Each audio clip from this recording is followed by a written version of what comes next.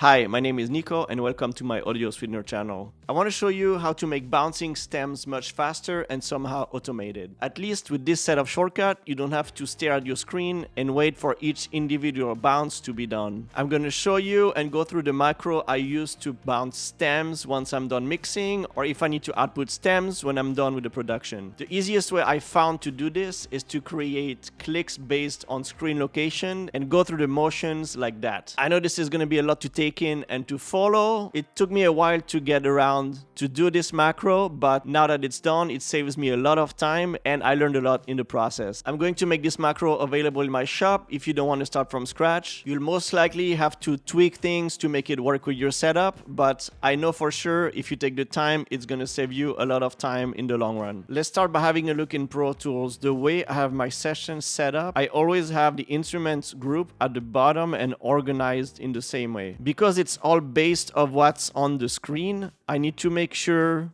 every time I bounce the stems, I set the view of the tracks in the same way and get the bounce settings ready. So in my macro, I have a checklist that pops up that I can read through and double check I did everything correctly in order for the shortcuts to work properly. The checklist is as followed. I've selected the correct length for the bounce. Make sure the bounce window is set to offline, no MP3, and have the correct output selected. Make sure the timeline shows only 5 things. Make sure you assign to a bounce folder. Make sure if you're using track folder that you hide them. Make sure you only see the track color and IO in the track view, and you make sure you remove the marker options. Make sure I have at least 11 tracks under the print tracks. Make sure that if I have any VCAs in the middles, I set them after, all the way after the mix track. So this checklist has been evolving with different versions and updates of Pro Tools. Avid always add features and things, and if the macro stops working after an update, I just have to go through and troubleshoot to make sure it works again. Okay, so the first action is going to make the first stem track I want to bounce to go to the top of the edit window. We do that by doing a left click action at the current mouse location with the modifier Control and Shift press. You'll also see I add pauses a lot where I found that I needed to make sure there's enough time for the action to process. Anyway, so now that I have the track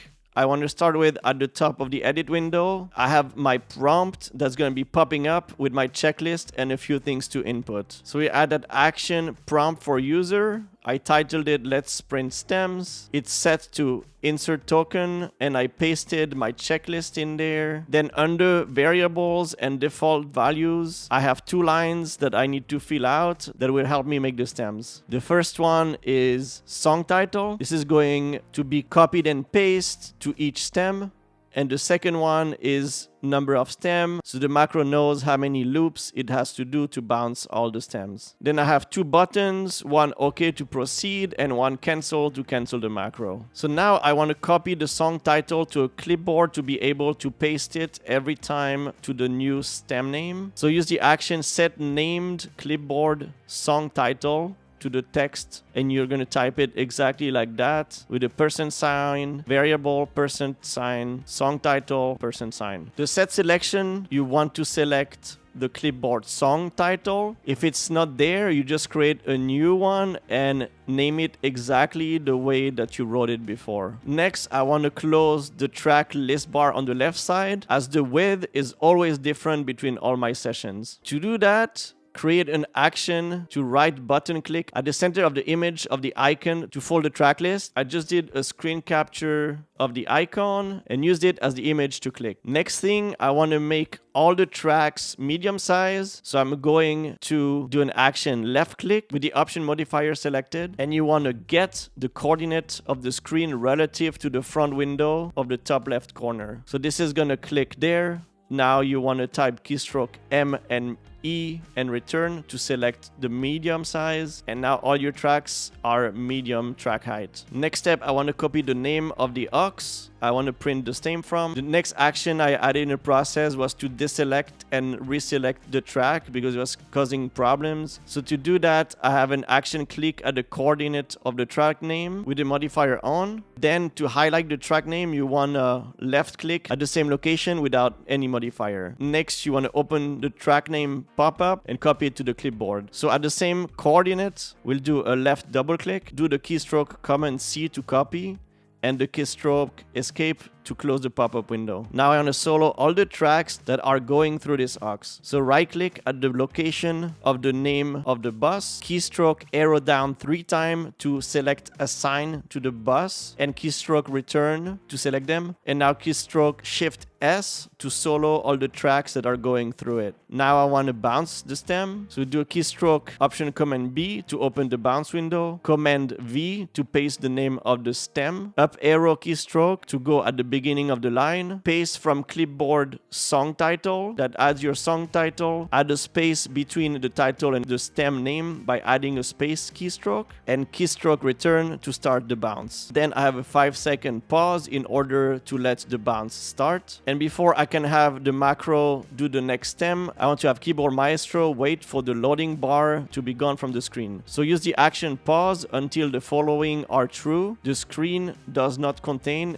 and paste or drag a screenshot of the loading word. So now it's not going to do anything until the bounce of the stem is over. So the next set of action is going to loop for the number of stems you wrote in the prompt earlier. And the good news is we can copy and paste most of what we just did. So we create a repeat action. You have it look and the number of stems you typed before but -1. Since you already did it once before, up to this point, you want to subtract 1 from the number of loop it's going to do. So you write exactly that. Now in the next action, you will move the next track to the top of the edit window. So you want to do an action, Control Shift right click at the location of the name of the next track. From then, it's exactly the same that we did before for this first stem. So you can copy and paste everything. From the action, copy the name of the track. I just copied and pasted it. It's gonna go through the motions of selecting the bus, soloing all the tracks assigned to it, pasting the track name, the song title, and go through the bounce pop-up and the bounce window. At this point, when this is done, all your stem will get printed and you could just stop here. The last thing I did is I added one more action at the very end that is going to reopen the track list on the left side. And you can just copy and paste the same action